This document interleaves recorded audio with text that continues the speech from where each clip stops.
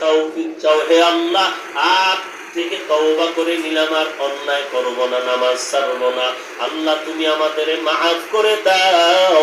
5 ওয়াক্ত নামাজ বা জামাত আদায়ের তৌফিক দাও, মা বাবার খেদমত করার তৌফিক দাও, গুনাহমুক্ত জিন্দেগি দান করো। এই জবান, এই চোখ, এই হাত থেকে যেন কোনো গুনাহ প্রকাশ না পায়। আমাদের তওবার উপরে মজবুত হয়ে চলার তৌফিক দান করেন, আমিন। রব্বানা যালামনা আনফুসানা ওয়া ইন লাম তাগফির লানা ওয়া তারহামনা লানাকুনান্না মিনাল খাসিরিন। ও দয়ার মালিক, কুদরতের নজর দিয়া তাকায় দেখেন, আপনার বান্দারা এই ময়দানে হাজির হয়ে গেছে। দীর্ঘ সময় পর্যন্ত ধৈর্য ধারণ করে উলামায়ে কেরামের বয়ান শুনেছেন। আয় আল্লাহ, কাউকে খালি ফিরাইয়া দিয়েন না। হেদায়েতের নূর সবার সিনায় দান করেন আল্লাহ। 5 ওয়াক্ত নামাজি বানায় দেন।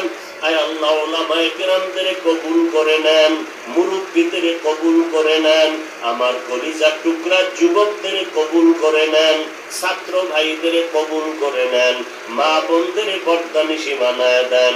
আয় আল্লাহ, সারা দুনিয়ার মানুষকে মহামারীর থেকে মুক্তি দান করেন। বাংলাদেশ আয় আল্লাহ মুক্তির দেশ বানায় দেন।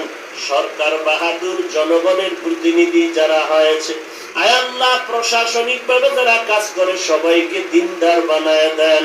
আয় আল্লাহ, সমস্ত মাদ্রাসা মসজিদ কবুল করে নেন। অন্যান্য শিক্ষা প্রতিষ্ঠানগুলো নবীর আদর্শওয়ালা বানায় দেন।